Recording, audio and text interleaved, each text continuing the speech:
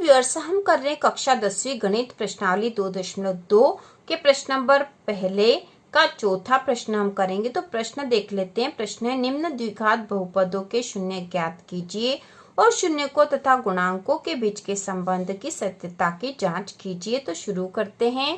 प्रश्न दे रखा चौथा, 4u का वर्ग धन 8u। तो इसको हल करेंगे। तो यहाँ जो बहुपद दे रखा वह है 4u का वर्ग धन 8u। तो बहुपद का जो आदर्श रूप होता वह होता है ax की घात 2 धन bx धन c। लेकिन यहाँ पर x के स्थान पर u दे रखा है, तो यहाँ पर c के स्थान पर कुछ भी नहीं दे रखा, मतलब 0 है। तो यहाँ हम a b c के मान निकाल लेते हैं। तो यहाँ पर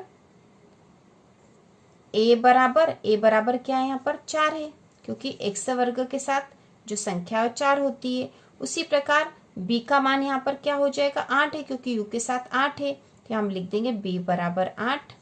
और c बराबर, ठीक है, c जो अचर पद होता है वह c होता है।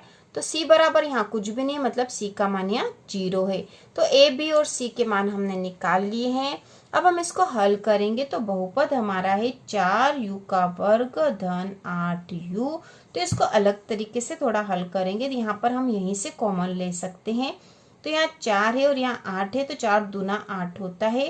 तो यहाँ से 4 कॉमन ले सकते हैं। 4u कॉमन ले लिया तो बच्चा u धन 4 दूना 8 होते, तो 2 यह कॉमन हो गया है। अब यहाँ पे ये दो पद हमें यहीं मिल गए, 4u और u धन 2। तो 4u बराबर 0। तो u बराबर हो जाएगा 0/4, ठीक है, 0/4। तो 0/4 का मतलब 0 ही होता है। तो u बराबर 0 हो गया है। अब दूसरा पद जो है u धन 2 बराबर 0 हो जाएगा। तो u बराबर हो जाएगा ऋण का 2, ठीक है। तो ये हमारे दो शून्यक हमें मिल गए हैं। तो हम लिख देंगे शून्यक बराबर 0 ऋण 2 है। तो ये दो शून्यक है। अब हम हल करेंगे। हमें शून्यकों और गुणांकों के बीच के संबंध की जांच भी करनी है। तो हम लिखेंगे शून्यकों का योग। तो शून्यक को हम लिखते हैं अल्फा और बीटा के रूप में। अल्फा धन बीटा बराबर होता है ऋण b/a के। तो हमारे दो शून्यक है, 0 और ऋण 2। तो यहाँ लिख देंगे 0 धन ऋण का 2 बराबर, यहाँ पर है ऋण, और b का मान हमने निकाला था 8। तो यहाँ पे b के स्थान पर लिख देंगे 8/a का मान है 4 बराबर। अब यहाँ पे 0 को जोड़ना है ऋण 2 में। तो 0 को यदि जोड़ेंगे तो यही संख्या ही आएगी। यहाँ हो जाएगा धन ऋण ऋण और 2 बराबर 4 एकम 4, 4 दूना 8 हो गए। तो यहाँ पे भी ऋण का 2। तो दोनों तरफ ही बराबर संख्या आ गई है, मतलब हमारी जांच सही है। अब हम करेंगे शून्यकों का गुणा। शून्यकों का गुणा अल्फा गुणा बीटा बराबर c/a।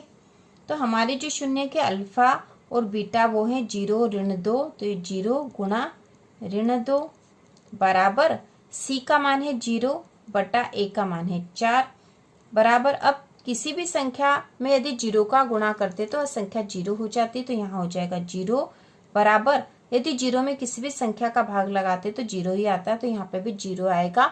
इसका मतलब दोनों ही तरफ बराबर मान आ गए, मतलब हमारी जांच सही है। तो हम यहाँ लिख देंगे अतः हमारी जांच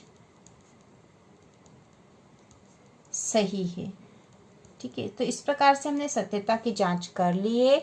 बहुत ही आसान प्रश्न है। बस आपको जो पिछले सवाल करे हैं उसकी तुलना में यहाँ पर हमें ध्यान रखना पड़ेगा कि हम यहीं से कॉमन ले लेंगे सीधे ही, और आसानी से यह प्रश्न हो जाएगा। तो इसी प्रकार के और वीडियो देखने के लिए कक्षा 10वीं की संपूर्ण तैयारी के लिए चैनल को सब्सक्राइब कीजिए।